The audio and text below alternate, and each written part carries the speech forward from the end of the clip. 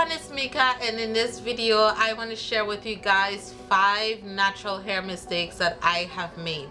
Now, my natural hair journey, if you can call it that, is a bit different than most naturals because I have never actually relaxed my hair ever. I've never relaxed my hair. I've never texturized it, flat ironed it for the first time last year ever. I haven't done anything chemically to my hair at all. However, that doesn't mean that I didn't have a learning curve when it came to dealing with my own hair. My hair was tended to by my mom and various hair braiders all the way up until I think I was about 22 years old. For the last 6 years, I have been dealing with my own hair. And when I first started to learn how to deal with my own hair, like many other naturals, I went on the internet to find out how to tend to my hair. But along the way, I still made a few mistakes, and that's what I want to share with you guys today. The first mistake that I made was not deep conditioning my hair at all. Okay, the entire time that I was natural up until I started taking care of my own hair, I used to simply wash my hair with a sulfate shampoo, typically VO5 or Suave, and then I would condition my hair with VO5 conditioner, a Suave conditioner, something like that, and rinse it out, and that's it. That's all I did to my hair. So why is this a mistake? Your hair will tend to be a little more rougher if you're not deep conditioning. Actually, deep conditioners are a really good moisturizing component in your wash day regimen. It's like that last kick of moisture that your hair gets, coupled with a heat treatment, whether it's a hot head or going under a blow dryer or a hair dryer. Coupled with that heat, it opens up the cuticles and allows even more moisture to get in your hair for the last time during your wash day regimen. It helps to soften up your hair. It also repairs any damage you may be experiencing or any dryness you may be experiencing.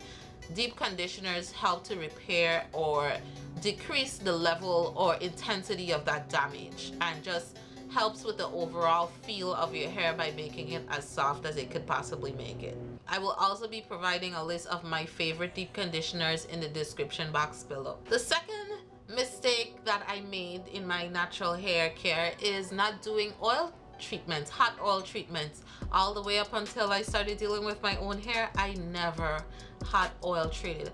And hot oil treatments are so important now for me because they help me to soften my hair. It helps me to bring back elasticity to my hair before I even begin my wash day process. That's like typically the first thing that I do to my hair when I do a wash day regimen. Now, I don't do it every single week. What I typically tend to do is once I feel my scalp getting on the itchy side, that's when I incorporate hot oil treatments into my wash day regimen. My scalp benefits the most from hot oil treatments. I don't typically put greases or shea butters directly on my scalp because I find that it makes my hair itchier faster. Coupled with the climate I have down here, it's just not a good feeling to have a lot of products sitting on top of your scalp. Adds moisture to my scalp, it soothes my scalp. So oils like tea tree oils, even extra virgin olive oil, soybean oil, Jamaican black castor oil. These are the types of oils that I use, but you can use any kind of oil that you like and you find that your hair loves. This third mistake is the one that I am most ashamed of: detangling. And this is particularly for kinky 4C thick hair. I used to detangle my hair in the shower with this right here. At one point, I used to divide my hair up into 4 quadrants, which I kind of still do that, and I used to detangle with this. I am just in disbelief. It's a shock that I have hair to show you guys. 1 quadrant would yield a huge clump of hair once I was done detangling. And I was doing this almost every single weekend back then before I really learned what I should be using for detangling my hair. Don't do this, okay? It's crazy. You're gonna pull out way too much hair that shouldn't even be shedding. You're gonna rip it out. You're gonna cause lots of breakage. You don't know that 4C hair is already prone to breakage. Any little thing and it's gone, okay? So you definitely should not be detangling for this. If you want a more thorough detangling session and you want to make sure that you get rid of all the tangles, what you can do first, detangle with a wide tooth comb, something like this, okay, or even wider. I've seen wide tooth combs with teeth wider than this. That's even better, but this works really good. It's been around forever, okay? This comb is not going anywhere. It's not breaking anywhere. Work from your ends all the way up to your roots. Once you feel like the section has been detangled enough using the wide tooth comb, then you can go in with a smaller comb with maybe smaller teeth if you prefer, or a Denman brush or whatever detangling tool. I use the Felicia Leatherwood detangling brush. Tangle with a wide tooth comb first, and then follow up with a tool with smaller teeth that will catch the tangles that your wide tooth comb didn't catch.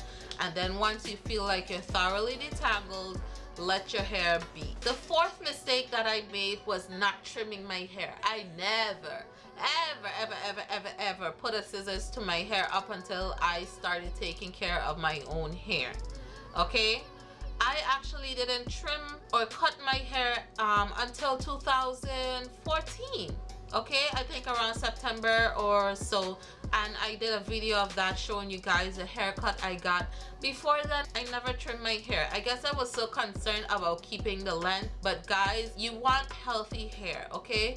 Don't sacrifice your hair health to attain length. Clip off those dead ends. It's gonna help you in the long run with split ends. If you just leave your split ends, it's gonna just run up your hair shafts and cause additional damage to your hair.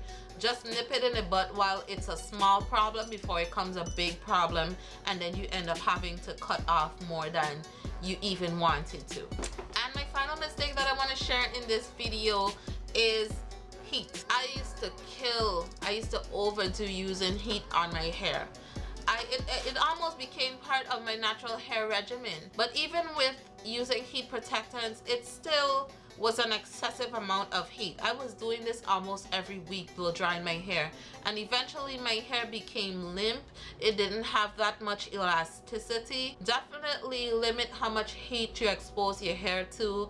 Give your hair a break from all of that heat. You definitely don't want to be doing it every other day or every week. So that's basically it. It was kind of embarrassing and bringing anxiety to me for me to even share my mistakes with you as a natural hair content creator.